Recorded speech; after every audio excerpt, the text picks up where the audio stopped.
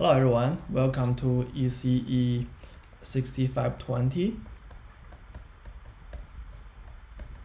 So our course is called Information Theory.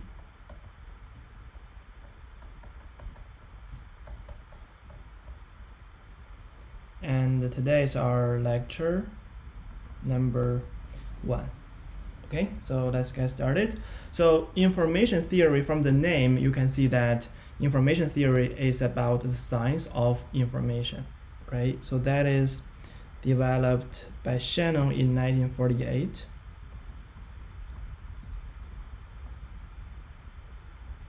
By Claude Shannon. So in his seminal paper, so the paper is called A Mathematical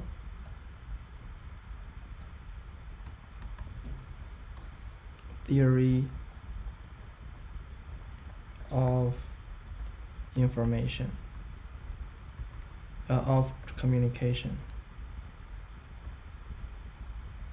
And you may see that so the original goal for information theory is to develop a fundamental theory for a communication system, right? For example, like today's our 5G communication system, okay? And later on, so this information was developed also for other areas, and it becomes the fundamental theory of a lot of systems, right? So we're gonna see that later in this class.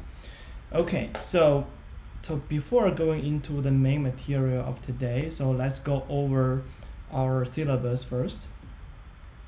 Okay, so here is our syllabus, and you can find it on Canvas or on our course website. So my name is Mingyue Ji. I'm an assistant professor in the electrical and computer engineering, and here's my email address, and feel free to send me emails if you have any questions or comments. And for our class is an online class, so basically we're gonna upload the pre-recorded videos every Tuesday and Thursday, right? And so the video will be uploaded to our YouTube channels, right?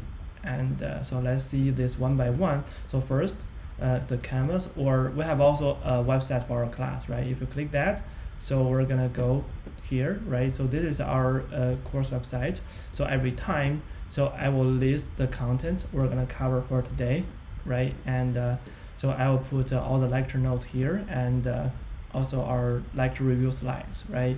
So basically, our course is a very theoretical class, and we have lots of math. So we only have lecture notes every time, so I will write it down. And then we'll have very short lecture review slides to summarize the main content for each of our class. Okay, and so there's a link for this video because I'm recording it now, so you cannot see it now, but later on, if you click here, then you can go to the YouTube channel directly, then you can see our video. Okay, and similarly, so we have our Canvas page as well. So this is a duplication of the course website, right?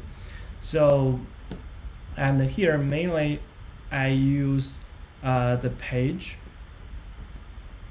section here. So under page, now we have lecture notes and the lecture review slides and the lecture videos, right? So basically here, every time I'll upload all the lecture notes, lecture slides, and the link of our lecture videos here, right? And you can see that. And in addition, so you can also find all the content in the file section, right? So I have different folder for this now, right? So we have syllabus, we have lecture notes, lecture review slides, and the homeworks, right?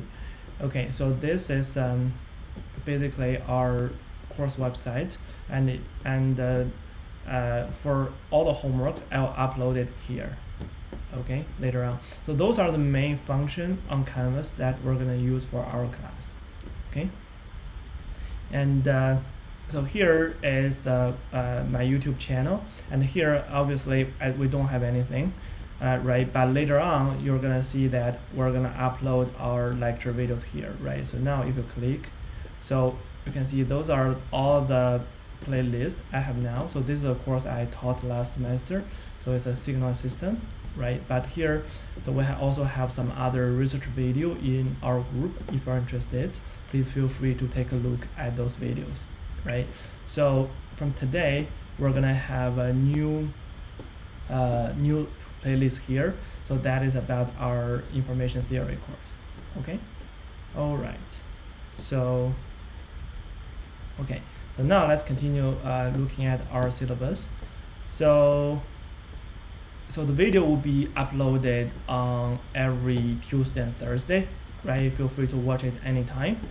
Okay, and for office hours, so I usually have the open door policy. So basically, if you have any questions, so just send me an email. So we're gonna schedule a Zoom meeting as soon as possible, right? So I don't have any specific hours for office hours, but you know, so due to our online format, right? So we can have meetings anytime, right? In the last semester, so I have lots of meetings with students at night, right? So when you're available, so we can do this again this time.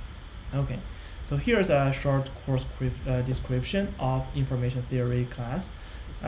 And from here, basically you can see that it's very fundamental, right? It's fundamental of a lot of subjects, including communications and the storage system, cloud computing system, content delivery network, private information retrieval, and cryptography, and so on. So information theory is a fundamental theory for lots of subjects. All right. So here is our learning objectives, right? After the completion of this course, so you should be able to, have a basic understanding in the general field of information theory, right? As we said before, so this class is a very elementary in information theory, right? So the goal is to give you a general understanding of the field of information theory, and in addition, so it will teach you the theoretical tools that in information theory and apply those tools in solving homework problems, right? And you're gonna see what I mean later in the later part of this class, right? And then so maybe in the very end of the class, so we're gonna see some application of the information theoretical tool in realistic problems, right? And also in the middle of the class, we're gonna cover something like that, especially in telecommunications, okay? Like, in our 5G system. All right, so the prerequisite of this class is basically the probability and linear algebra. I think everybody should take, right? This class is basically the probability, right? That's the most important thing in this class, right? Later you're gonna see that in this class, we're gonna start from the probability or random variables, right? Okay, so the grade distribution is as follows. So basically we're gonna have we have three parts of this for the gradings, and the first part is homework. Okay, so that's 20%, right? So if you do the homework, everybody should get it, right? And also the homework is very important for exams, right? And we'll have one midterm, which is take home, okay? And so that obviously will cover the first half of the class. And we'll have one final exam, so that'll take 50%, so midterm will take 30%, right? The reason the final will take more than the midterm is that the midterm will be comprehensive, right? It will cover the entire class, okay? So it means that, if you didn't do very well in the midterm, then you're gonna have some chance in the final, okay? All right, and also the final exam will be take home as well, and for both midterm and final, so you're gonna have like roughly 2 days to finish it, okay? Meaning 48 hours, right? Okay, and the following are the logistics of this class. So basically, we don't have any TAs for this class, right? And this means that I'll grade everything, right? I'll grade homework and exams. And for the textbook, so here is Tom's Cover and the J. Thomas book, right? This is a very seminal book for information theory. It's called Elements of Information. So it's second edition. So the book looks like this, right? So I hope everybody can buy this book. It's a very, very good book, and it's a very elementary book in information theory, okay? And basically, we're gonna follow this book very well, and most of the homework problems will be from this book as well, right? Okay, and for other materials, there are lots of books in information theory, right? So the reason I list this book, the Network Information Theory, the book is like that, Network Information Theory, right, by Basal Gamow and Yang-Han Kim. So we may introduce some kind of modern mathematical tools from this book, right? But you don't need to buy this book. So I will write down very carefully in my lecture notes. So you may not need to buy this book, okay? And in addition, so if you want to learn more about information theory, some more advanced tools, there are lots of books that I can recommend. So among them, so this book, so it's called Information Theory and Network Coding. So that's a very good book talking about the network information theory, especially on network coding, right? So this is about like the noiseless network, right? Like the wireline network, okay? So this is a very good book for further study. And if you want to learn more about some deeper mathematical tools of information theory, right? Because our class is very elementary, right? Very fundamental. But if you want to learn deeper information theory, so you should take a look at this book, right? So it's another book called Information Theory, but you can see from the the name here, so this is focused on the discrete memoryless system, right? By Cedar and Corner. So this is a very deep book for information theory, and especially for graduate study, okay? And again, as I said, we have a lot of books in information theory which are really good, and so those are books I recommend in particular, right? So if you are interested in some specific field in information theory, I can recommend other books as well. But in our class, we'll just focus on this book, right? The elements of information theory. Okay. Okay, great. And here are the grades distribution. And so if you can get it above 90%, you'll get an A. And so this range is A minus and so on. You can take a look at this, right? And for the curves, so if necessary, so we're gonna curve the grades, right? Of course, the goal to curve the grades is to make you have a better grade, right? Not a worse grade, okay? But please do not rely on that at this moment, right? And let's go on. So for the evaluation method, we only have two methods here. So one is homework, so every 1 to 2 weeks. So we're gonna assign you a homework. So basically, as we said, the homework would be, most of them would be like the problems in this book, right? So, and the goal of the homework is to make you a better preparation for a midterm and finals, okay? So it's very easy to find online solutions, also solutions online for this book, right? But please do not copy and paste, right? Try to solve everything on your own, because it's very good for your midterm and finals, right? And for the late policy, so we don't accept any late homeworks, right? And the due date of the homework, of course. So this is under the regular circumstances, right? So if, let's say, you have some emergency, just please let me know, and we can see what we can do, right? And for submission of the homework, so the homework will be due on Canvas before the submission date at midnight, which means it's 11:59 p.m. Okay, and one important thing is that please make sure that your homework has the scanned version of your homework has a very good quality and is readable, right? To make you have a better grade, right? For me to grade as well. Okay, and so for the midterm, as we said, we have for the exams, as we said, we have 2 exams in total. So one is midterm, the other one is the final exam, right? The midterm exam will take place in the middle of the course. Okay, so we don't have a date yet, but so I'll announce it later in our class, and of course that will cover the first half of the class, right?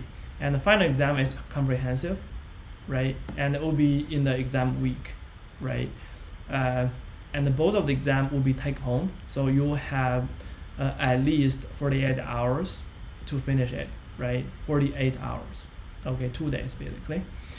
Okay, and the exam problems are very similar to the homework problems, but that can be more challenging, right? That's why I give you a long time to solve it. Okay, and for cheat sheets, and you can have it, right? So I will encourage you to have some cheat sheets, because that's a way to help you to review the course content, right? But it's not required, and as we said before, both exam will be open book and open everything, right? So basically you will not find any problems online. Okay, that will be brand new exam problems. Okay, and the grading will be based on 100 percentile or 100 percentage scale, right? And there will be no makeup exams. Okay, and of course, as I said, right, if you have some emergency that you cannot, make the exam, so let me know, and we're gonna see what we can do about it. Okay, so so now let's take a look at the teaching and learning methods and the course policies, right? And first of all, the course content. So the following are the topics for this class, right? So we have the following topics. So first, we're gonna cover the fundamentals of information theory quantities, such as entropy, mutual information, divergence, and their relations, and also the basic inequalities that we're going to use later, like the data processing inequality, funnel inequality, and so on, right? And second topic is the typical sequence and the typical sets. And then we're going to talk about the data compression, right? Like the Huffman code, arithmetic code, and so on, right? And then so we're gonna cover the channel coding theorem, right? And so basically we'll talk both the discrete memoryless channel, and also we're gonna talk about the continuous channel, right? Okay. And like the Gaussian channel and the differential entropy, right? And then we're gonna talk about the lossy source coding theorem, like the rate distortion theory and the quantization. And in the end, so we're going to cover some elementary results for the multi-terminal networks, like the multiple access channel or the MAC channel, and also the broadcast channel. Okay, and if the time permits, so we may talk about other applications of information theory in modern systems, right, such as distributed storage systems, private information retrieval, content delivery networks, distributed computing systems, and also cryptography, possibly. Okay, right, and then, so those are the students' responsibility and faculty responsibility. You can read those, right? And I'm sure that you have seen those in other classes. And in terms of the collaboration, so it's encouraged. You can collaborate on solving homework problems. And you can see that our class is very mathematics heavy. Okay, and some of the homeworks can be very challenging, right? I will encourage you to collaborate and see how to solve those. Okay, but please do not copy and paste solutions from others, and also solutions you can find online, right? Try to understand as much as possible on your own, right? And if others help you to solve the homework problems, I'll ask you to write down the other's name on your homework. Say, so this student helped me to solve the problems, right? But I will not subtract any points because of that, right? It's encouraged. Okay, it's okay. Okay, so please do not cheat, right? All right. Okay, so this is, and also I'm sure that you understand the consequences of cheating, right? So it can be very serious. Okay. All right, so, and if you're a student with disabilities, and then please read this part carefully so we can help you, right? Okay, so those are basically the syllabus of our class.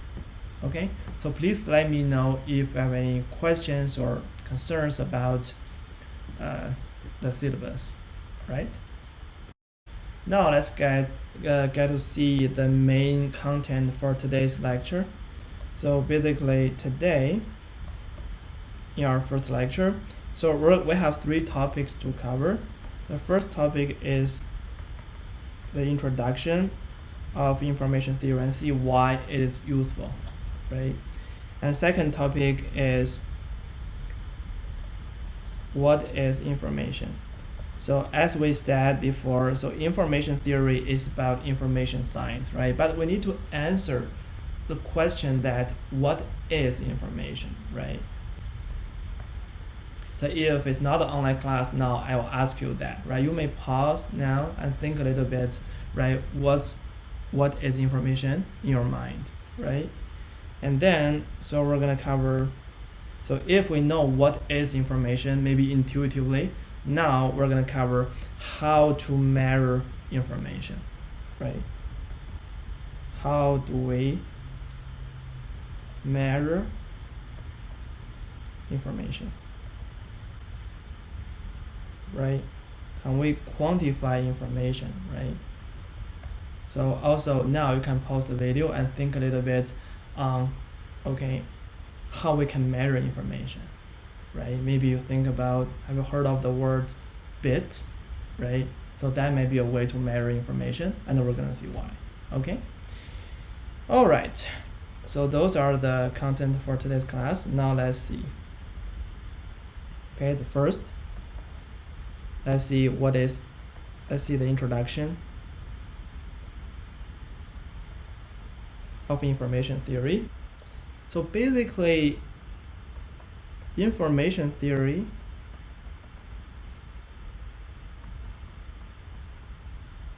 can provide the fundamental answers for the following questions.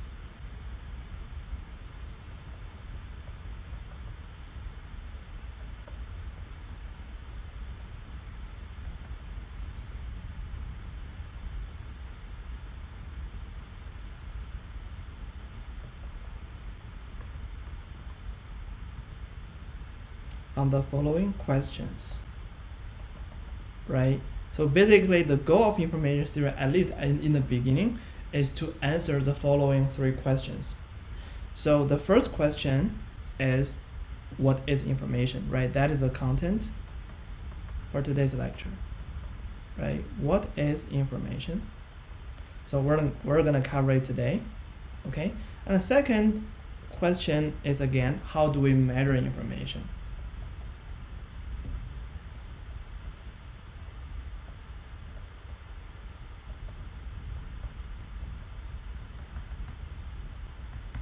Right, that is what we're going to cover today. And the third question in information theory, so that's important, right? It's very complex. So that is, how do we represent information in space and in time, right?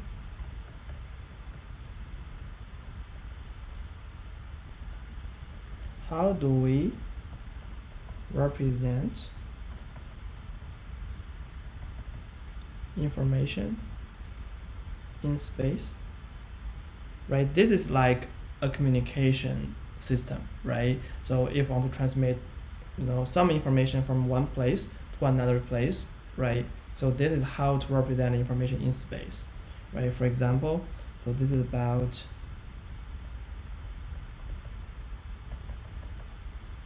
communication channels, right? And also in time. Okay, so in time is to say how can we represent information, like for the storage system, right? Or let's say the storage media, right? It's like we store some information and then we're gonna access it on some other time, right? Then how can we represent information? Okay, in the first part, let's say in the first, maybe you can say this. So in the first part, let's say in this part, so this is about, let's say, the storage system, right? So in the information theoretical words, so this is about the source coding theorem. Okay, so that's a big part of our class. And then for how can we transmit information in space?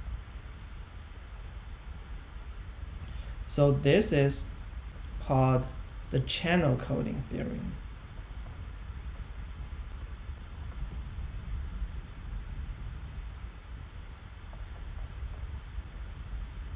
Okay, so that's another important part of our class.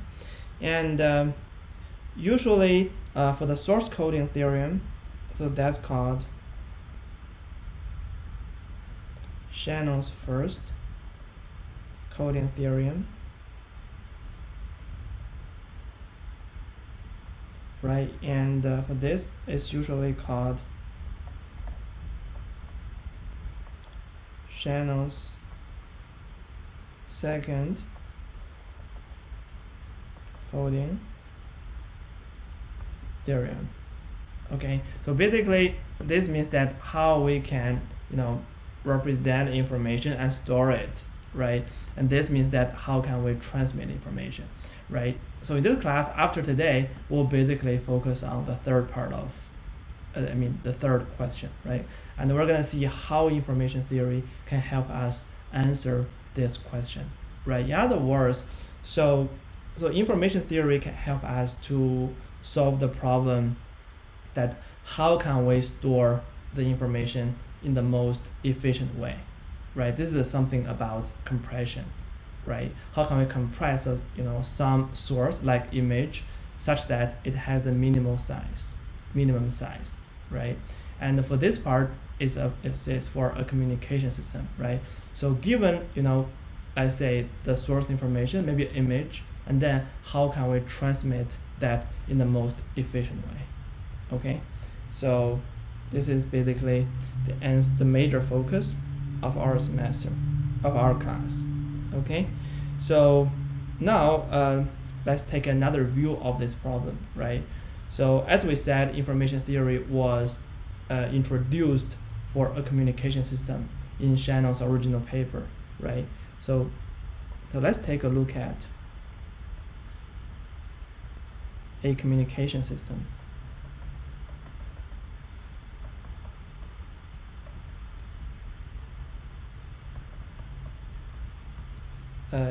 In the following, right?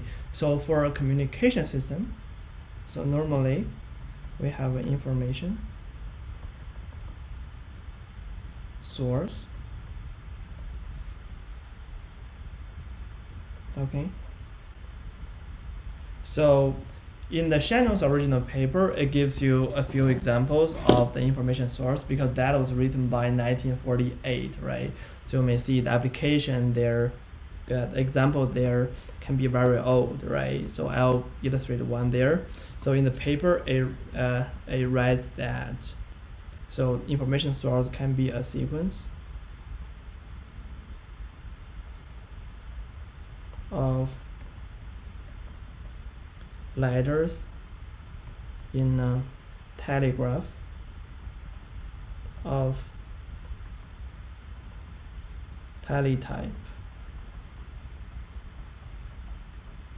system, right? This one example. So for some more modern application, right, in today, it could be some some high definition videos, right? So that's maybe more familiar with to you. Okay, and so from the information source, right? So the information source will produce some message, right? For example, those messages could be bits, right? And then so we're gonna have a transmitter,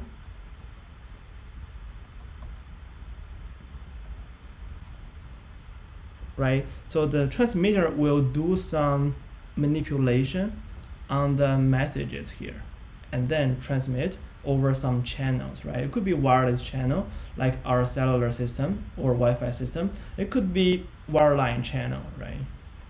Like the wireline network. Okay, so from the transmitter, so then we get our transmitted signals, right? And in the channel, for example, we may there will be some distortion in the channel, right? The channel usually is not perfect. So basically we could have some noise in the channel, right? And then we can have our signal at our receiver side, right? So here, say we're gonna have our received signals, right? Then our receiver will process this signal, right? You can understand the receiver as the inverse of the transmitter. Okay, you may understand the receiver as we do some inverse operations then at the transmitter.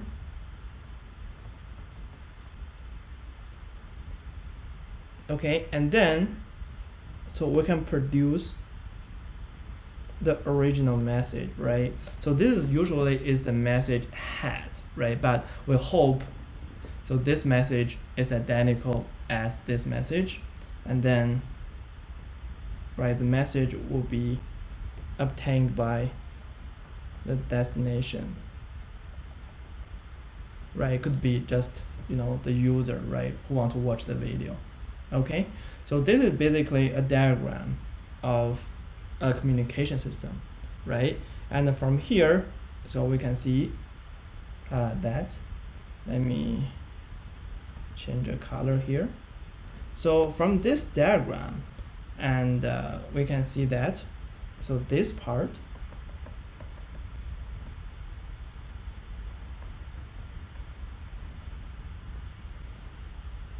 right turns red, and of course also this part.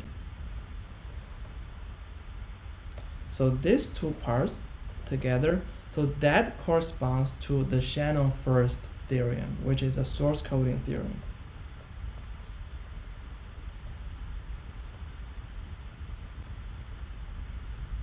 Right, you may understand the source coding theorem is to do the compression, right, even with some loss or without some loss, right? For example, some lossless compression approach could be, for example, the Huffman coding, right? And for the lossy compression approach, so one of the most, the most typical one is the JPEG, right, for the image, right? That's a lossy compression approach. Okay, and everything in the middle, right? Once we get this message, right? So usually this message, it could be just bits, right? After compression, we just a sequence of bits to represent the information, right? Let's see. So everything here. So this is basically the channel coding theorem.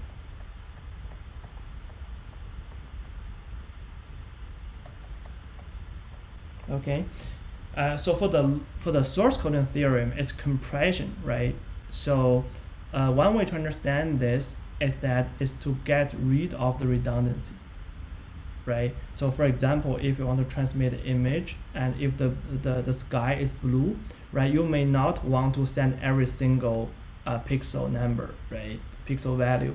You may just say, okay, it's blue, and then tells the receiver that there's a big area, it's all blue, right? This is a way to get rid of the redundancy, right? So that's mainly what we do for the source coding theorem.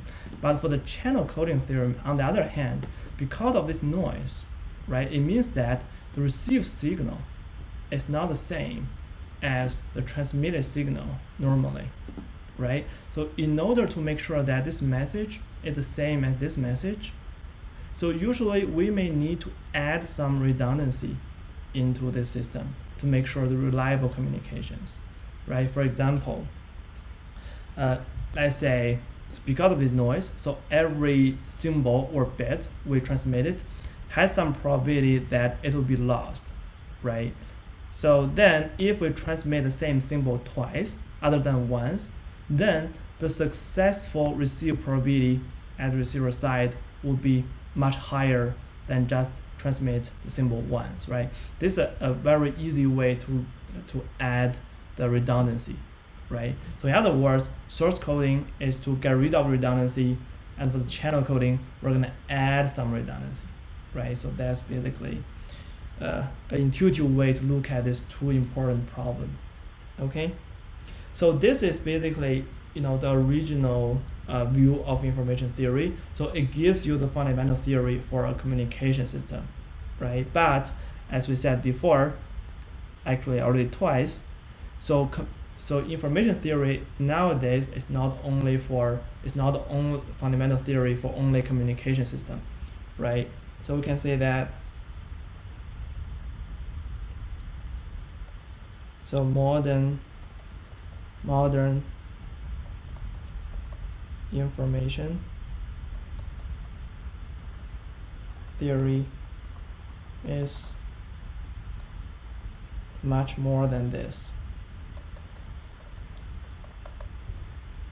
Okay, as we said, right, it also gives you the fundamental theory for cloud computing system, for private information retrieval, for content delivery networks like Netflix, and also for cryptography, and even for machine learning and artificial intelligence, right? Actually, Klaus Shannon has a very big contribution for cryptography, for secure communication, and for artificial intelligence as well, and so on.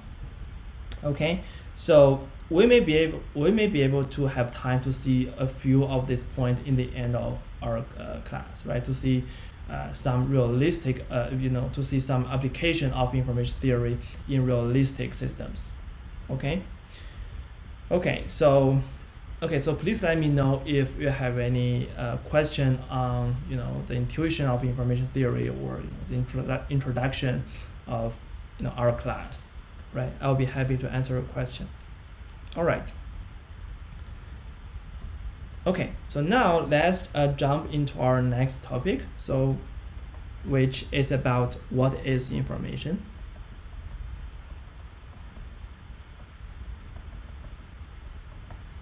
Okay, so now I'll give a minute or 10 seconds to think about this problem again, right?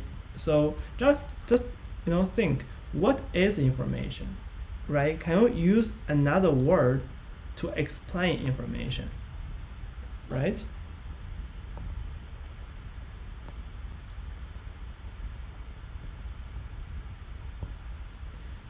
Okay. So there might be a few ways to explain information in your mind, right? But one way that we're gonna explain information in this class is that we think information as uncertainty.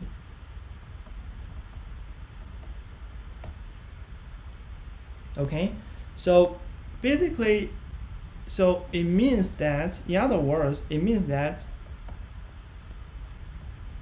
how uncertain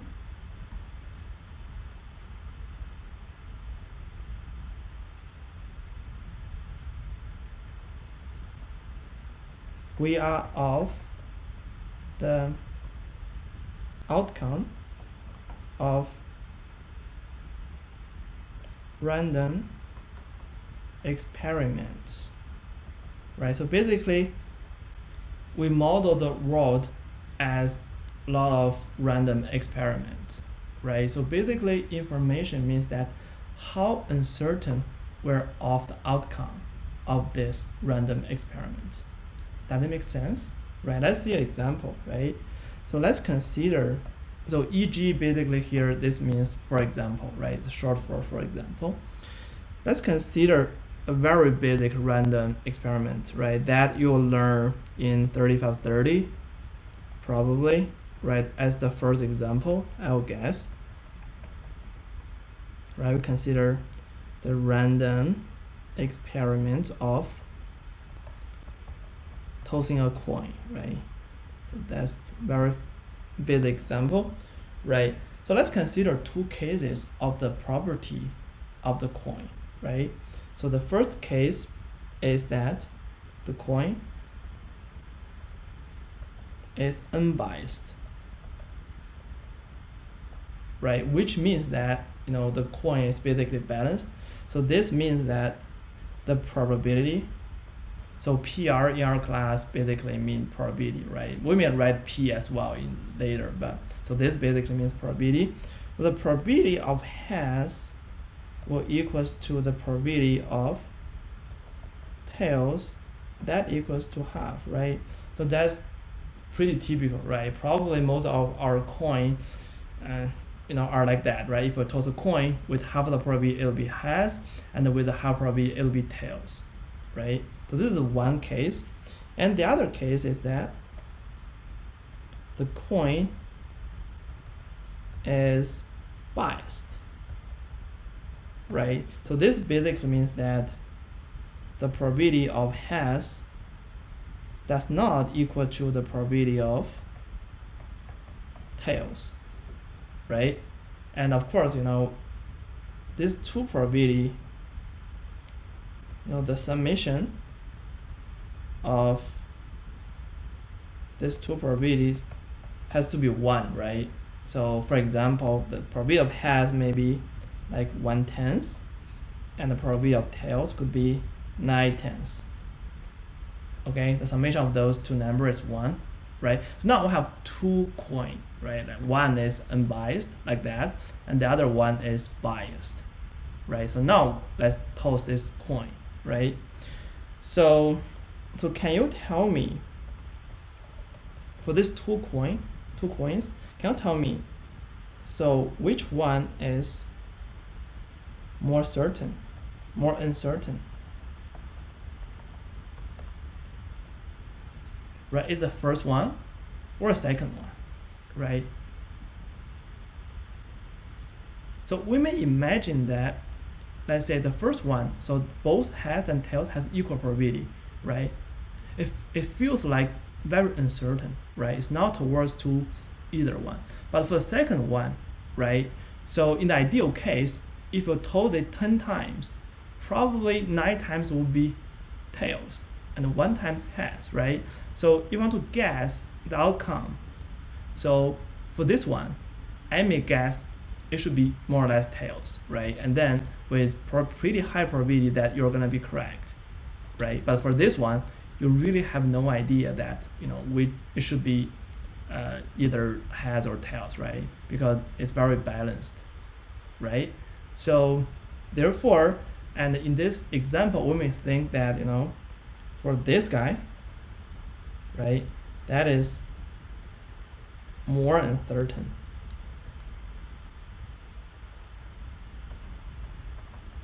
right? Does that make sense? Right, this is more uncertain, but this is less uncertain, right? Because we know, more or less it could be tails, right? Because it's very, unbalanced. Okay, great. So this is example on what is information, right? So we're gonna say information is basically uncertainty, right? If we say it's very uncertain, right, then we think we may gain more information, right? For example, if a coin is like that, and then if we get the heads, so we learn a lot, right? Because we really don't know that, right? But if it's this coin, and then if we toss it and we get a tails, so we don't learn much, right? Because even if we don't do that, we know, more or less it should be tails, right? So basically, the more information, the more uncertainty, the more information we get, right? That is the intuition. Okay, so hopefully now you get a very basic feeling of what is information, right? Intuitively, it should be the uncertainty. Okay, so next, so let's say if information is uncertainty, and then how can we measure information, right?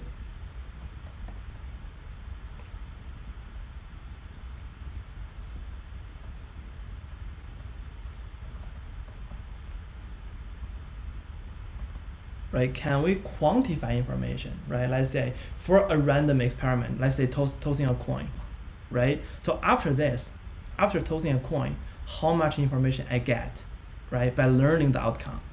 Okay, so this is how to measure information, right? We need a unit there, right? For example, if we want to measure the volume of water, it should be gallon, right?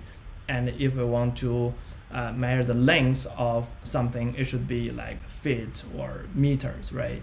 So now this is like, how can we measure information, right? So basically, we're gonna measure information in bits, okay? But Let's see why we can do that. Okay, so now from now on it'll be very mathematical heavy, right? So we're gonna basically give you the derivation of how to measure information. Okay, so in order to do that, so we basically need to consider a random variable, right? So let's give you a definition of the random variable that we consider. Okay,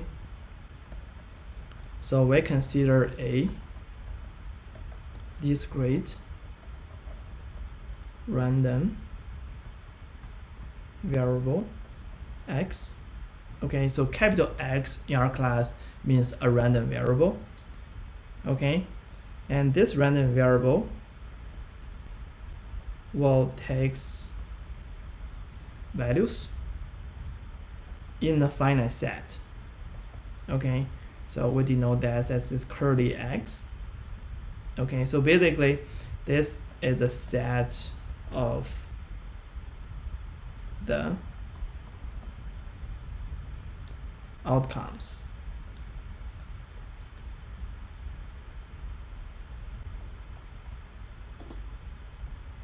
Right, for example, right, in the previous example,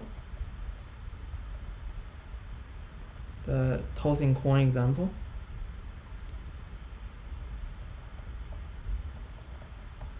right, so this set of X, right, so that is nothing but heads and tails, right, but we're gonna give it a number, right? So we say 0 and 1, for example. Let's say 0 represent heads and 1 represent tails. Okay, so therefore with that said, we say the event x, capital X, equals to lowercase x, right? The lowercase x is basically the outcome, right, or the realizations, right? So this is the event that X takes on the particular value small x that is in the set of this curly X, right?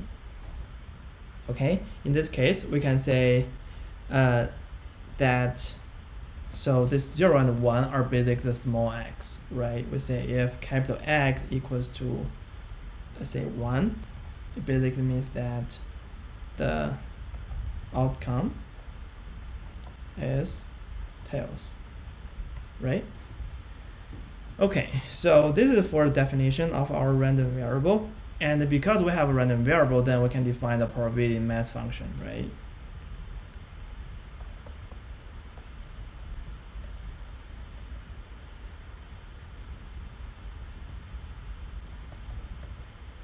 Or we call it PMF. The probability mass function of our random variable x is nothing but we denote it by small px, so that equals to the probability that capital X equals to small x. Of course, small x is in our finite set, curly X. Okay, so this is our PMF. Okay, so after that, so we're ready to define our measure of information, or the measure of the uncertainty of random experiment or random variable, right? So we denote hx. So this x is our capital X, right? That's our random variable. That's our random variable. Okay. So we denote this as the measure of uncertainty of the random variable capital X. Okay, so this is just notation, right? We denote this as uncertainty, and now we're gonna see what is the value of it, right? So before looking at that, so now so we can observe that so so this h of x, right? Let's maybe consider this example here. So when we talk about uncertainty, so it will be determined by the probability that it has, or the probability the outcome is tails, right? So it doesn't matter the value here, right? It doesn't matter if it's has or tails. The only thing matters is the probability of the has or the probability of tails, right? So in other words, so the uncertainty can be understood as a function for the probabilities, or right, or the functions of the PMF, right? This is what we're gonna write down now. So basically, h of x is a function of the PMF, right? So we can denote the PMF as following. Let's say px, and for all x in this,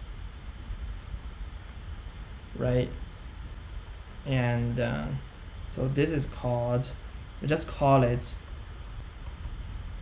entropy now, right? So we're gonna see what that is, right? But let's just call the uncertainty of information as entropy, okay?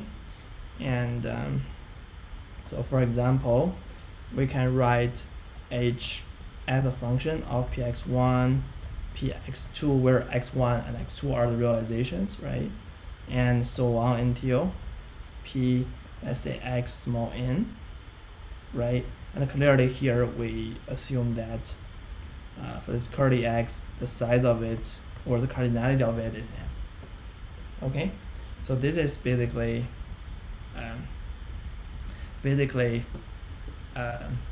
the notation of hx, right? But we didn't say anything other than notations, right? We just represent the uncertainty as h of x, and intuitively we think h of x should be a function of px, right? That just makes sense, right?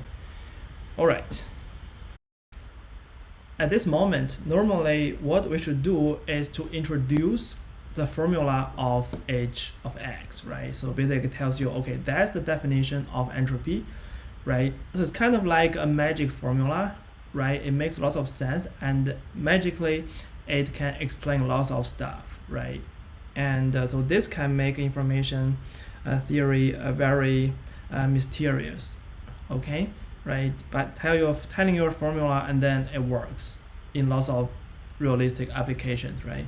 So that's not what we're going to do, right? So what we're going to do in the following is to derive the definition of entropy. So actually, the formula of entropy is not like a random guess, right? And then it works by Shannon, right? So actually, it comes from lots of intuitive axioms, right? Because of those axioms, and then we can derive the formula of entropy and show it is the only possible form of the definition of information. Okay, so this is what we're going to do. So basically, we're going to introduce some axiom and see whether it makes sense or not, right?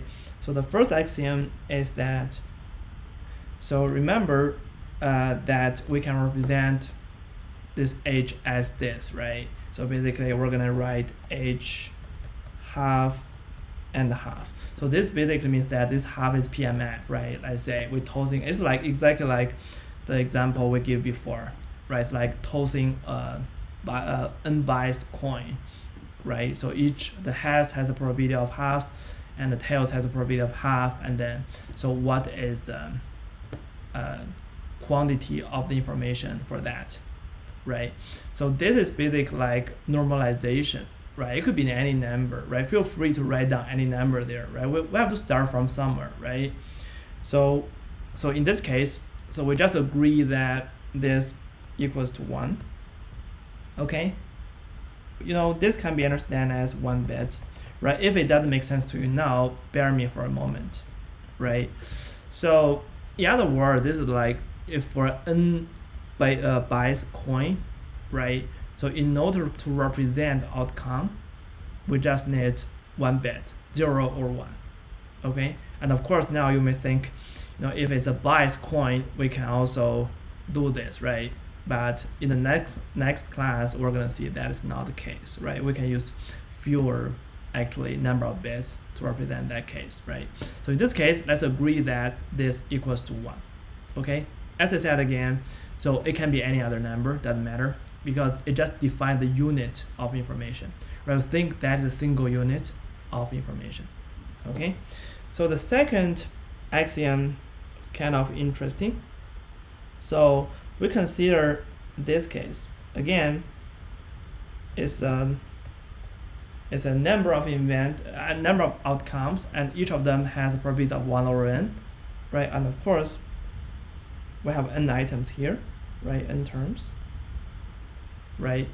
So for this very special function, we give it a name called small h of n, right? So assume that this function is a monotonic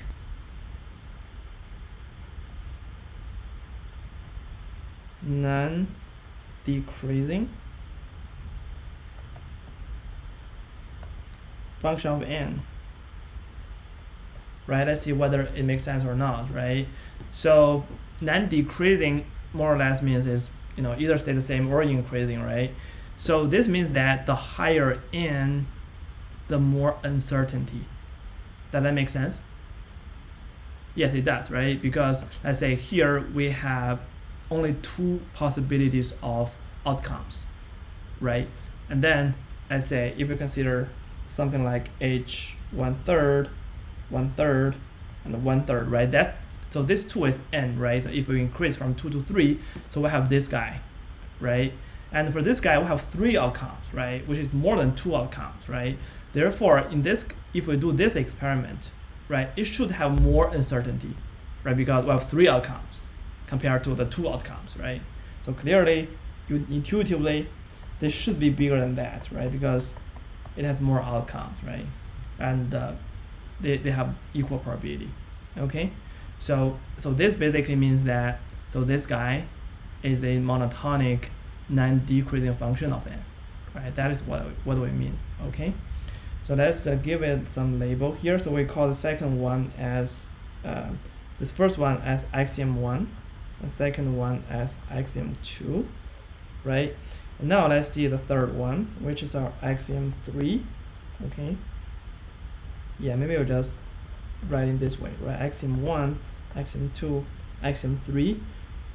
Axiom 3 is that we assume hx is a continuous function of the px of the probability, right? So the h is a continuous function of these entries. Okay, so that's the third axiom. Okay, and the last one is important. So the last axiom, which is A4, so this is called grouping property.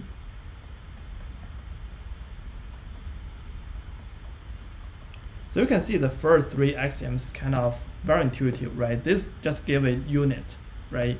We have to start from somewhere, right? And second, right, it means that if we increase n, we have more uncertainty, so therefore this should be a non-decreasing function. And the third one is that, so we just assume, so this is for the mathematical convenience. You're gonna see where we use this, right? So this, we just assume, you know, the function of, you know, the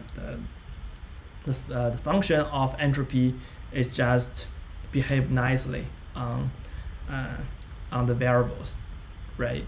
And the last one is the grouping property, right? This is kind of interesting. So now, before introducing the formal definition of the grouping property, let's see an example, right? So we consider a alphabet or the set like 1, 2, 3 of 3 values, right? And the probability, let's say we define this as P1, this as P2, this P3, those are the PMF, right? And in this case, so when we do this experiment, so can we do as follows, right? So when we, you know, if we want to, let's say, run this experiment and see which one that is, so we can understand the experiment as 2 steps, right? The first step is that, so we consider a new alphabet or a new set as this. So we combine the outcome of 1 and 2, right? So we consider this 1, 2 as a, as one outcome, right? If the result is 1, so it's here. If the result is 2, it's also here, right? Consider 1, 2 as one outcome. And then we have another outcome, which is 3. Okay, so the first step is to consider all the possible outcome are 2 outcomes instead of 3. Okay, so in this case, and for this kind of a new system, and we can see that the probability of this guy would be P1 plus P2, right? And the probability of this guy would be just P3, right? It's a new system, right? And in the second step,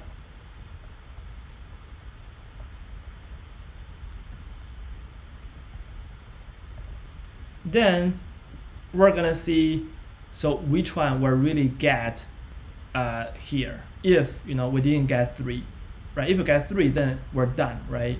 And if we didn't get 3, we're gonna see, so which one we get are in here. Okay. The second step, now the system is only like a system with 1, 2. Okay.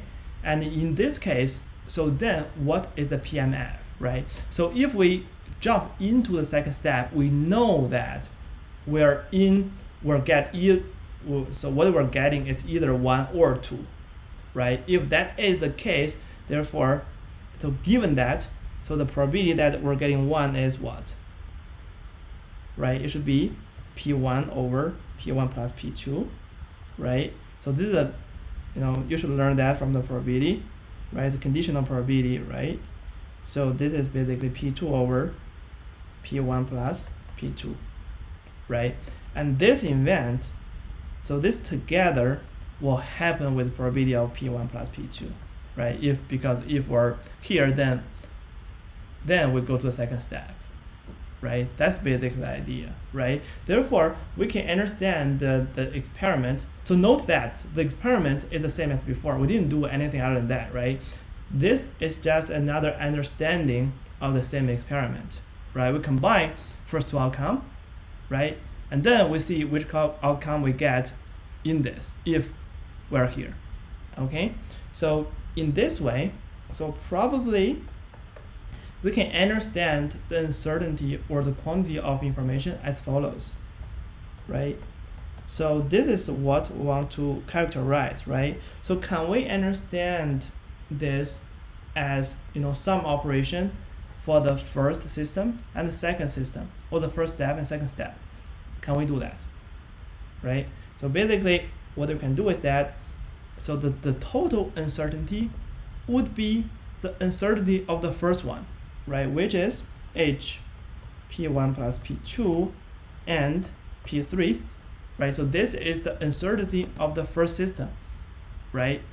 And then we have to add some uncertainty of the second system, right? So if we just look at the second system, so the uncertainty would be what? P1 over P1 plus P2 and P2 over P1 plus P2, right? This is the uncertainty of the second system, right? But should we just add them all together? So maybe not, right? So if we, there's a chance that we may not go to the second system, right? So if we want to see the uncertainty in the second system, then it has to happen with probability P1 plus P2, right? Therefore, we times P1 plus P2 here, okay?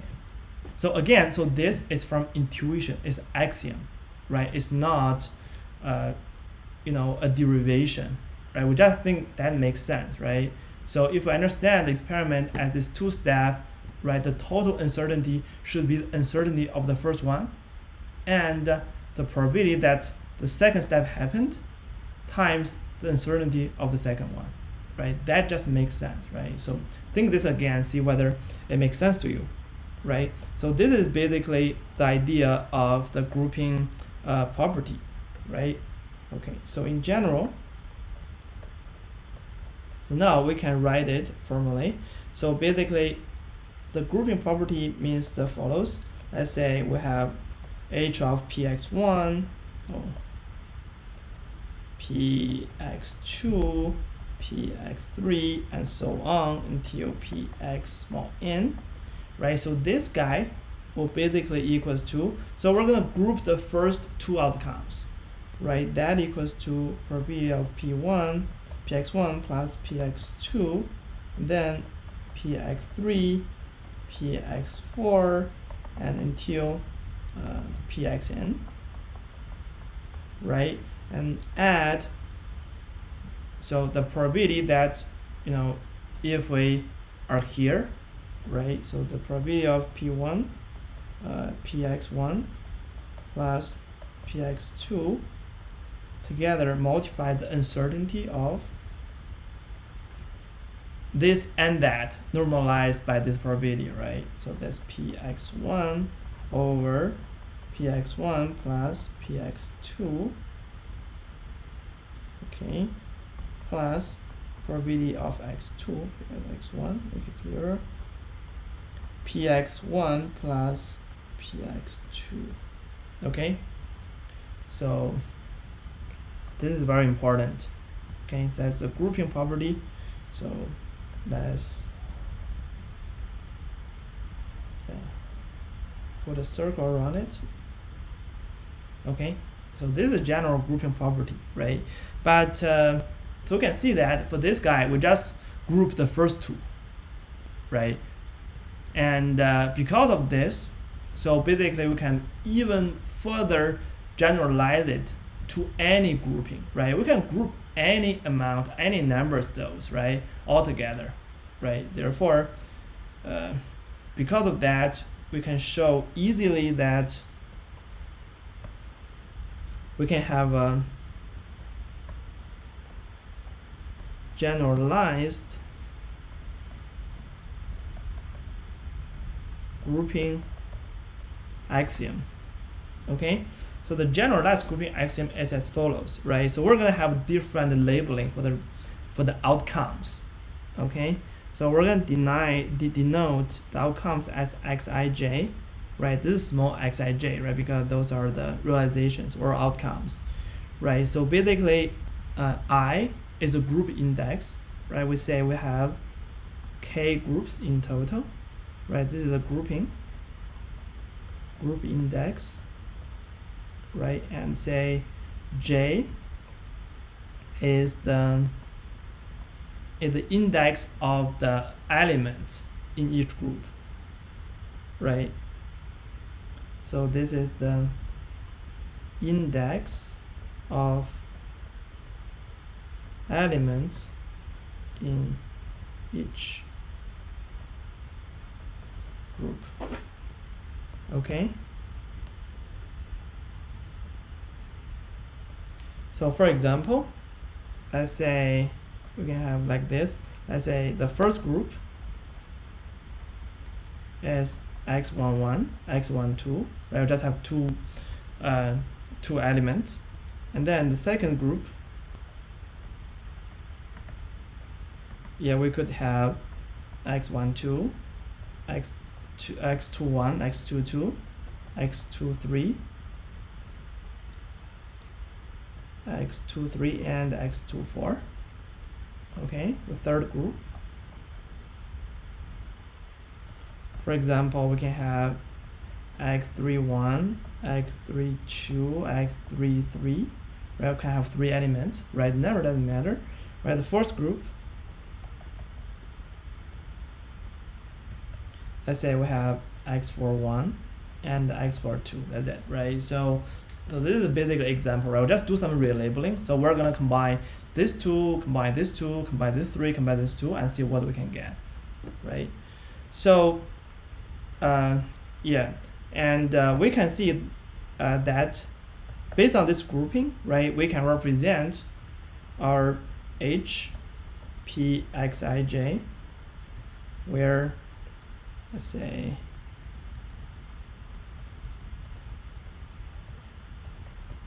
let's write down the range of I and range of k, right? And then this guy, will just equals to what? So the uncertainty or the entropy of the probability after grouping, right?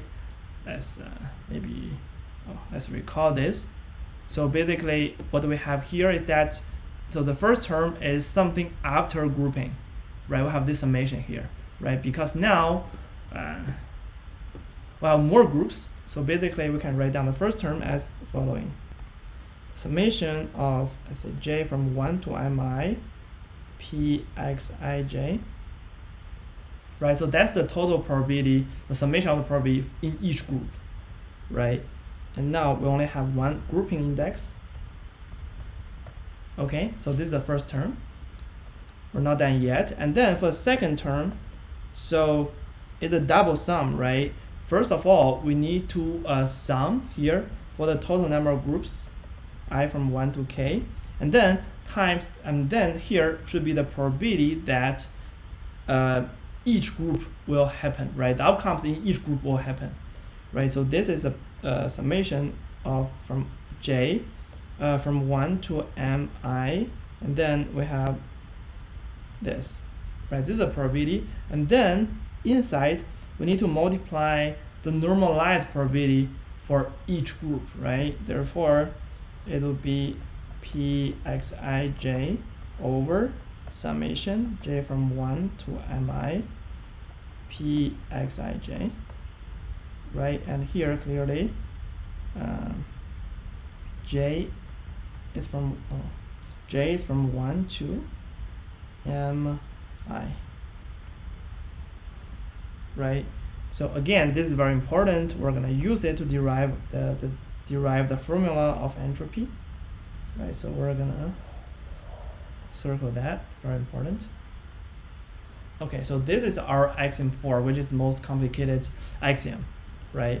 So for those 4 axioms, it's something that we agreed on, okay? So it's not a mathematical proof that has to happen. So that just makes sense for information, right? So based on this 4 axioms, so we're going to show that there's only one possibility for the formula of entropy, okay? So that is what we're going to show, okay? So we're not going to write it now, right? Maybe you heard of that already before, but let's try to derive it, right? So in order to derive it, we're gonna have 2 lemmas first, right? So let's see. So the first lemma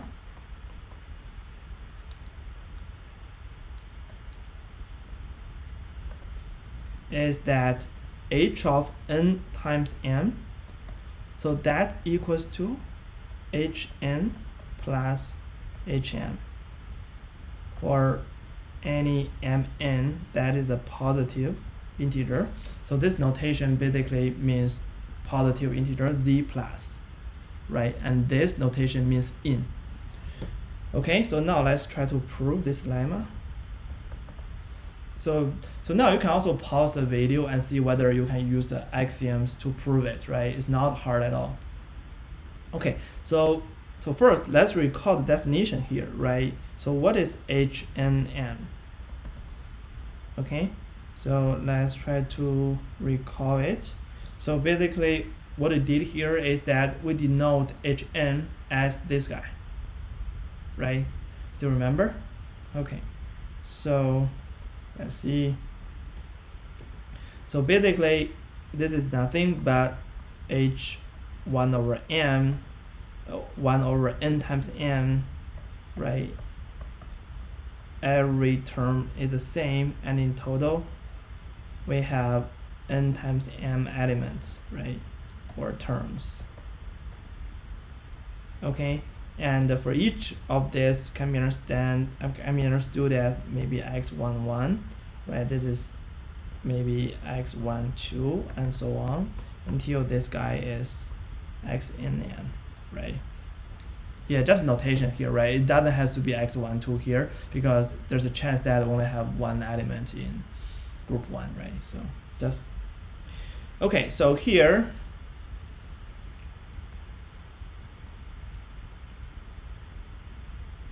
So now let's do some regrouping here, right? In order to get this, so we have to do some regrouping.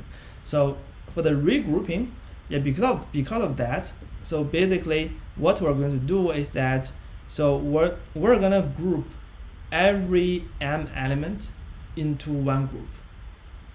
Okay, so it basically means that the first group has x12, x11, x12 until x1n, right? We group every m element as one group.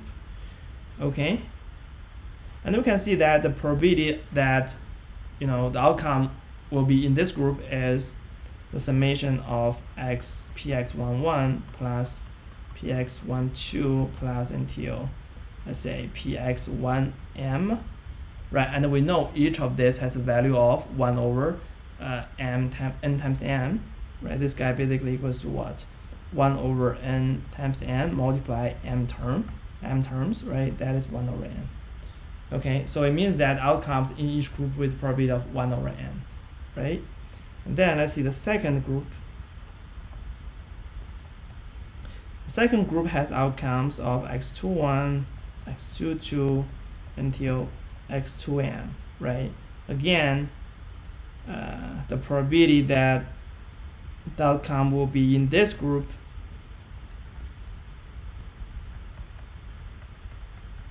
x2 plus until x2n, so that equals to what? 1 over n again, right? And how many groups we have in total? Right, well, overall we have n times m elements, and for each group we have m elements, therefore we have n groups in total, right? So for the nth group, so basically we have xn1, xn2 until xnn, and the probability that outcome is in this group would be again the same as before, right? So xnn, so that will be 1 over n. Okay, so with that said, and now we're gonna use the generalized A4, right? XM4, so which is generalized the grouping property, right? Therefore we can have HNM, so that equals to, let's see here, the first term, right? So this is basically the entropy of, so every item inside is a summation of the probability for each group, right? So that is nothing but basically it's H1 over n, because so each of them is 1 over n here, right? Therefore it's H1 over n, 1 over n, and so on. Okay, and clearly here we have n terms, right? N terms.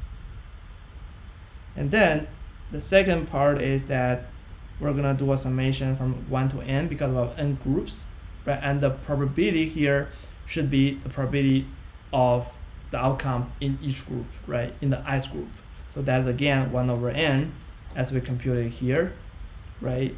And then in the end, what is inside is a probability that each outcome will happen, but given the fact that the outcome is in a certain group I, right? Therefore, inside that will be P, let's say, xi1 over the summation of, let's say, 1 over m pxij, right? And clearly, so this guy is nothing but 1 over n, right? I mean, downstairs, maybe less. So downstairs is basically 1 over n, right? And upstairs, we can see this is nothing but 1 over n times m, right? Because every item will happen with this probability. So therefore, the entire thing will just equals to 1 over m, right?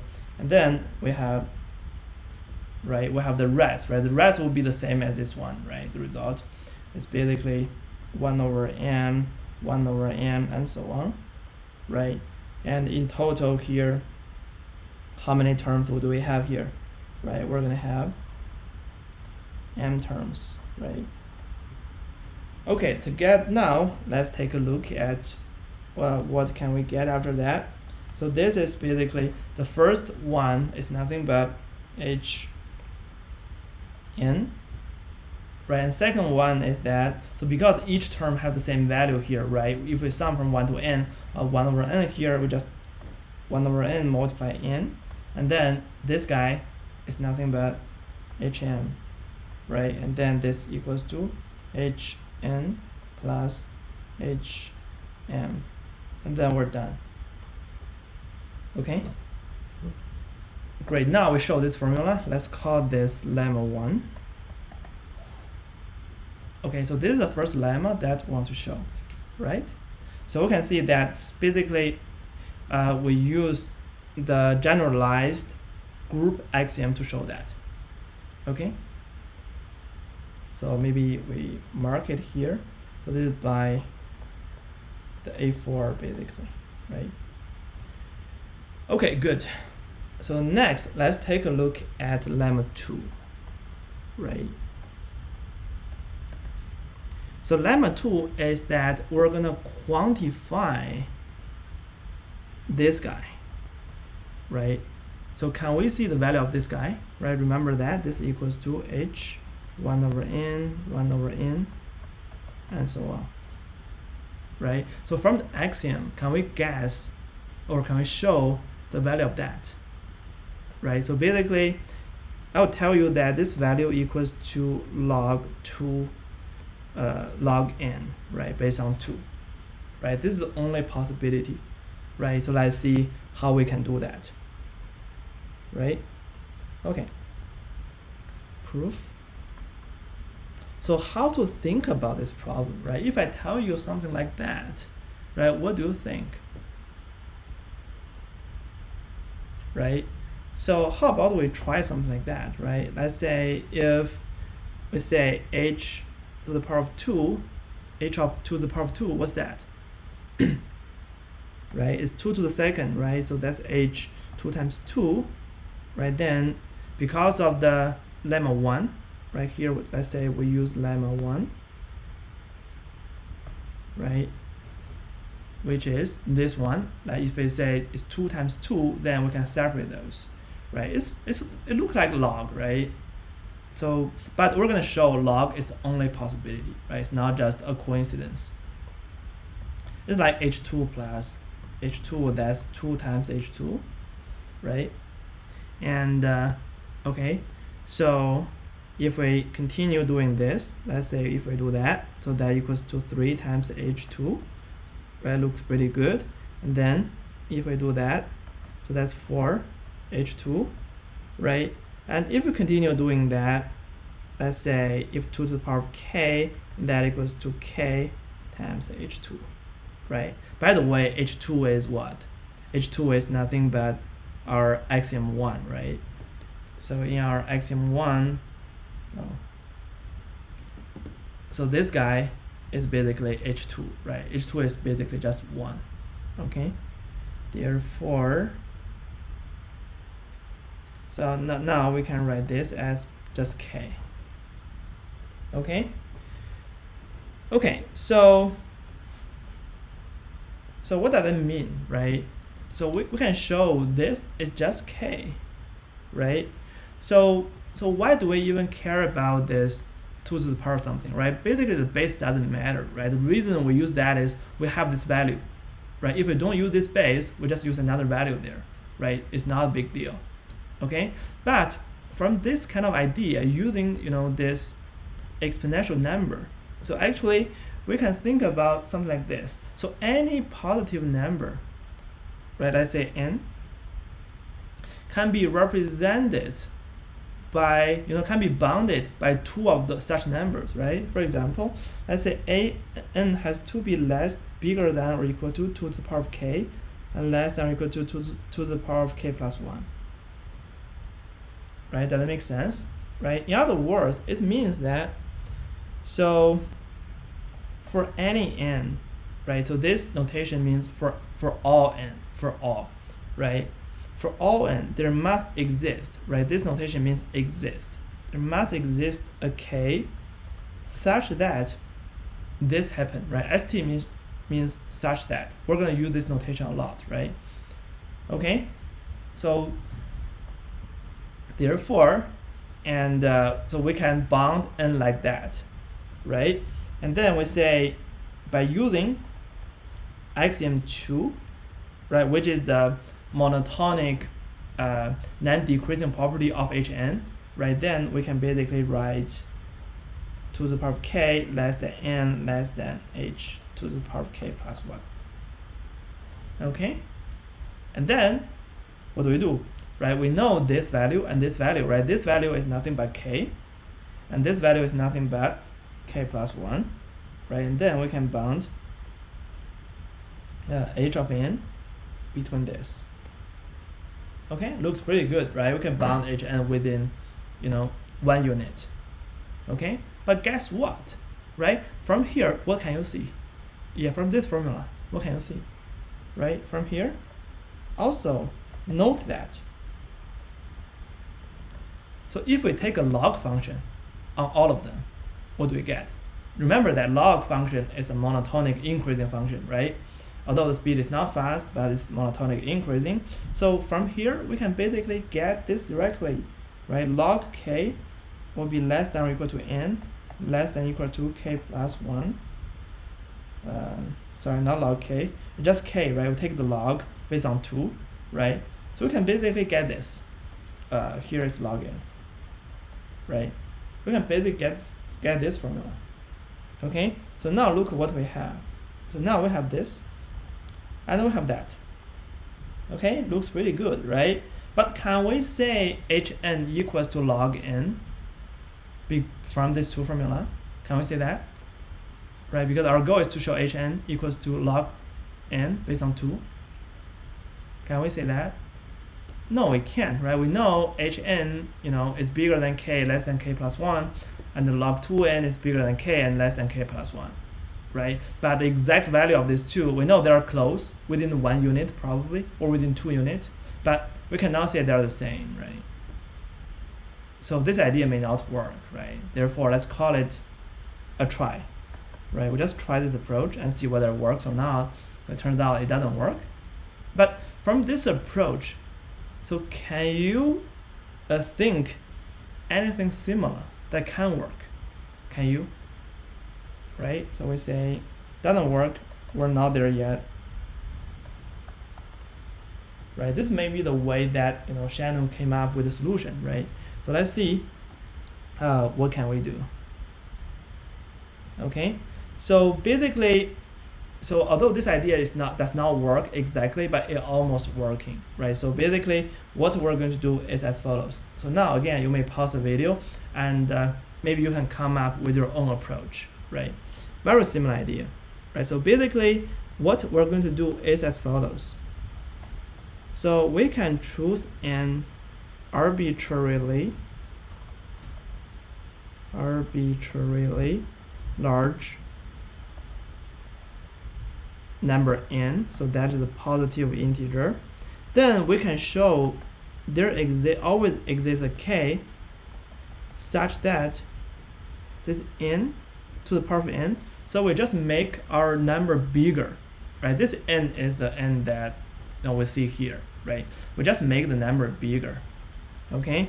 And similarly, we can also show this has to be bigger than 2 to the power of k, less than or equal to 2 to the power of k plus 1, right? It can also be bounded, right? And then using the very similar approach as we introduced before by A2, and what we can show here is that instead of Hn here, right, it's basically we need to raise small n by capital N, right? We can show that, right? Okay, great. But this is very special, right? Do you remember lemma 1 now, right? Lemma, let's recall it. So here is lemma 1, right? But now we just, instead of n times m, we have n to the power of capital N, right? Or we better use something like that, right? We know this equals to that, right? So if we replace 2 by n, so what we're going to get is this, right? N Hn Okay, so you can see, so this is by lemma 1. So we're almost there, you can see that, right? So then from here we can see we divided by n on both sides.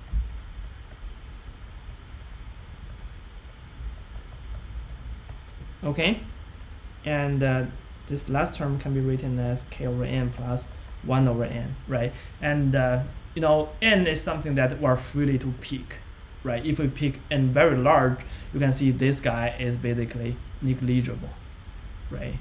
Okay, so very good. So basically this formula means what, right? If you use a mathematical analysis, you know, language, so this basically means the follows, right?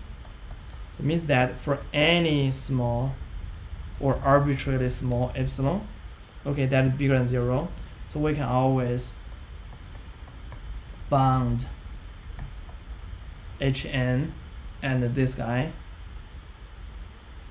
within epsilon. Okay, so this is true. All right. Okay, again, so from here we play the same trick, right? We also note that, so if we take the log on both sides, right, therefore what we get is k less than n log n, log based on 2, right, of course, less than k plus 1. Okay, and then we're gonna play the same trick again here, so we divide it by n on both sides, right? We get k over n less than log 2n less than k over n plus 1 over n, right? And from here, you know, again, we can get very similar formula as this one, right? It means that for any small epsilon, and then we can definitely have log 2n minus k over n, so that is less than epsilon, right? We pick the same epsilon here, right? Doesn't matter, but we just pick the same epsilon here. Okay. Okay, very good. Therefore, so now, are we ready to see the difference between Hn and log 2n? Right? How about with this, with what we have so far, can we bound this? Right? So the trick here we use is very typical. So what we're going to do is that we're gonna add or minus k over n and add k over n minus log 2n, right? Then we're gonna separate these two guys, right? So this is called, use the triangle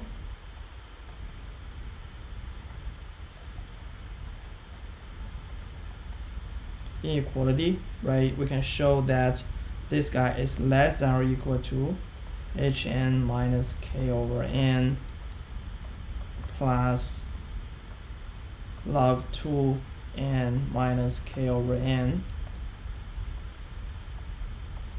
Okay, right, and we know each of this is less than epsilon, right? And then this is 2 epsilon, right? So what does this mean, right? It means that, so this guy, the difference between this guy can be arbitrarily small, right? Remember that epsilon can be arbitrarily small. If we pick capital N is large enough, so epsilon will approach 0, right?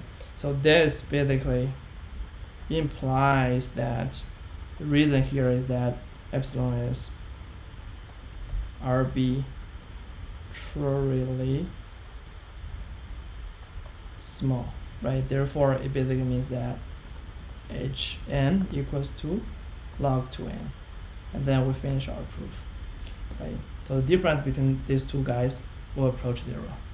Okay, so now we're done with the lemma 2. So basically lemma 2 means what? It means that, right, if I have n outcomes and each of them with the same probability, then the measurement of information is basically log 2n, right? Okay, and from here, let's see whether we can generalize it to any case. Okay. Okay, so let's take a look on how to do that. So basically now you can also again stop the video, right? Pause the video and think whether you can do this on your own, right? So basically the idea is really not very hard, right? So now basically we have a number of events that have the same probability, right? And how to get different probability, right? So now remember what we show is that if all the px is identical, it's 1/n, then we're done, right?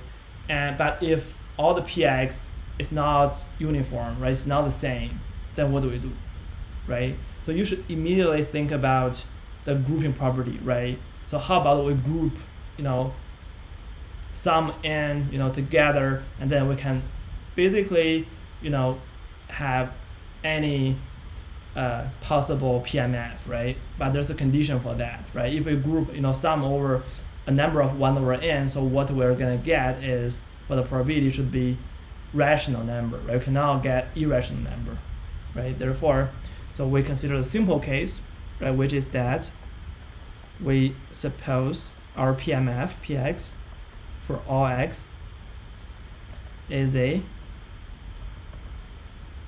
rational PMF, right? So rational PMF is what? It basically means that for any pxi, we can write this as some ni over capital N, right? Where, capital N is some integer, right? Let's say we exist capital N such that pxi equals to that, right? So this is basically the definition of the rational PMF. And clearly we need the condition that if we sum over all the ni, right, let's say we have k of them, right, that is capital N, right? Okay, and because the summation of all the px has to be 1, right? Okay, great. So now we're gonna apply our generalized grouping axiom again, right? So in order to do that, so we consider another PMF which is uniform, right? Consider another PMF which is P, let's say Yij, where small y is the outcome, right? That is 1/n, right? We have, let's say I is in this range, and the j is in a different range, right? It's in from 1 to ni, right? So clearly the outcome of xi corresponds to Yij, where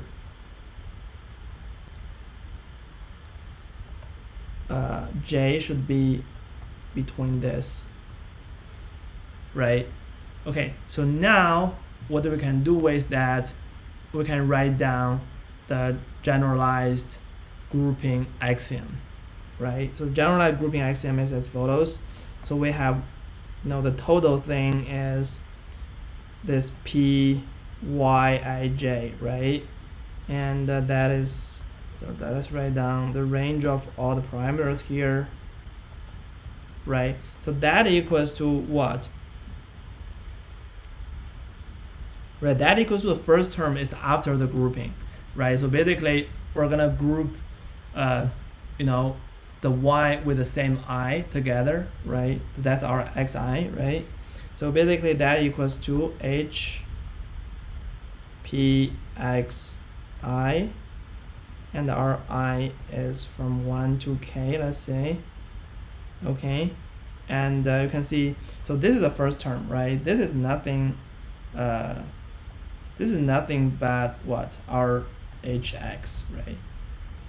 So remember hx, this is so the pxi is our the PMF are of the random variable x, right? Therefore this is basically h of x, and what is that?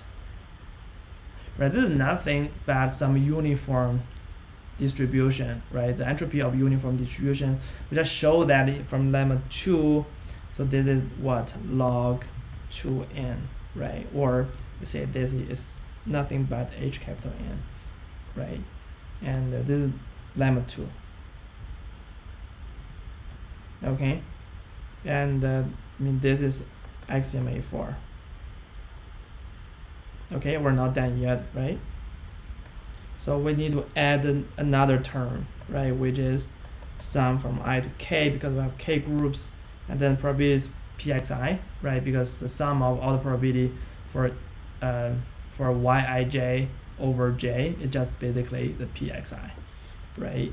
And then we need to multiply our entropy here. So again, every term, what is that, right? 1 over n is the probability that each item will happen, with the probability that the outcome in the group can happen, right? That is nothing but ni over n, right? And this is nothing but what? 1 over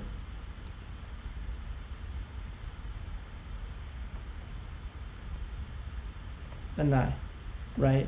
And we have multiple of those, right? They're all identical, right? Clearly from here we can see this guy is what? It's just h and I, right? And again, because of lemma 2, this equals to log 2 and I. Okay, so with that said, so let's see what can we get, right? And then we can get basically rewrite it hx, this guy will be equal to this guy minus this guy, right? And this guy is is log 2n minus summation pxi log 2ni. Okay, so now let's play some trick here, right? So what we're going to do now is to combine these two terms, right? How do we combine? So we can do something like this. We can make the first term as a summation, right? So because this is nothing but 1, right? And then times log n minus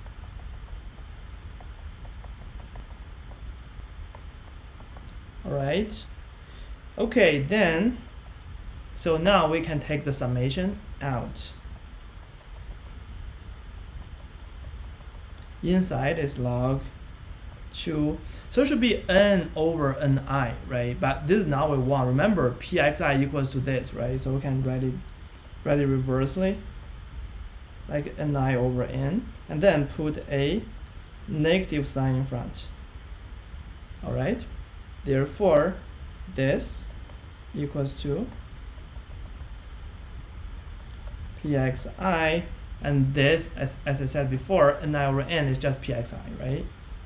Log 2 pxi. Okay, and now we can see we're done almost, right? hx equals to this guy, right? So let's mark it in red. So this is the entropy, or the quantity of the uncertainty. So we show that equals to this guy. Okay, very good. So are we done? Okay, not yet exactly. Remember, we have an important assumption here. So we assume that px has to be rational. So what if for irrational number, right? What px is not rational, right? So what should we do? Okay, so remember that we still have one axiom that we didn't use yet, which is axiom 3. Right? Assume that, so maybe let's recall axiom 3 here. So in our axiom 3, so assume hx is a continuous function of px, right? Clearly this is for each x, right?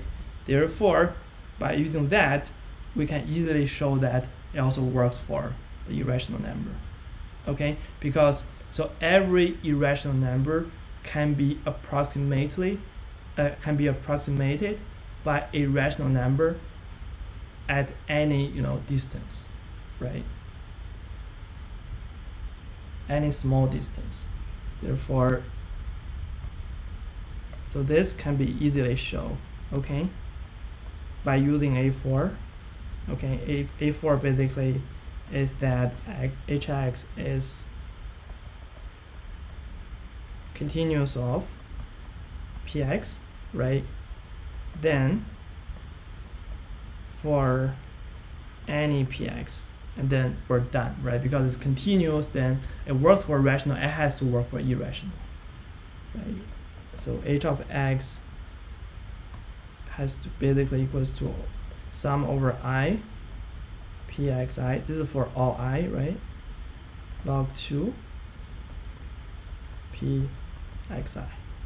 Okay, and this is basically what we called the definition of entropy, right? But clearly from this lecture and from now on, you can see this is not just a definition, right? It's a derivation, right? From all the axioms that we have seen before. So this is the only possibility to define the uncertainty of information. Okay, great. And because we assume that, you know, this small h2 is 1, right? Or in other words, this is basically like we take log base 2, right? In this case, the unit of it is called bits, right? So this is the information bit, right? So the meaning of it is slightly different compared to the bits that we mentioned in our everyday life. Okay, so we're gonna understand this better in our future lectures. But now let's bear it, right? If it's log 2, it's called bit, right? So later on, you're gonna see that. So the best we can do to compress the source is basically equals to this number. So it coincides more or less with the bits that we talk in our everyday life. Right? This is kind of magic, but we're gonna see why later. Okay, and there's another log that we use in practice, which is ln, right? This is based on E, right? So in this case, the unit is called net, right? NAT. Okay, and those are two kinds of units, depends on what is based here, and that we use for entropy. All right. Okay, great. So that is the end for our first lecture. I hope that is not so overwhelmed, right? So basically, I think it's always good to tell you why we define entropy in this way, instead of just show you the formula and you think it's just a magic, right? And what I go over here is basically Shannon's proof, right? If you're interested, please look at Shannon's original paper, which is extremely nice, obviously, right? Okay, so that's end for today. Please let me know if you have any questions or comments. Please stay safe and healthy. So I'll see you in our next lecture. See you. Bye.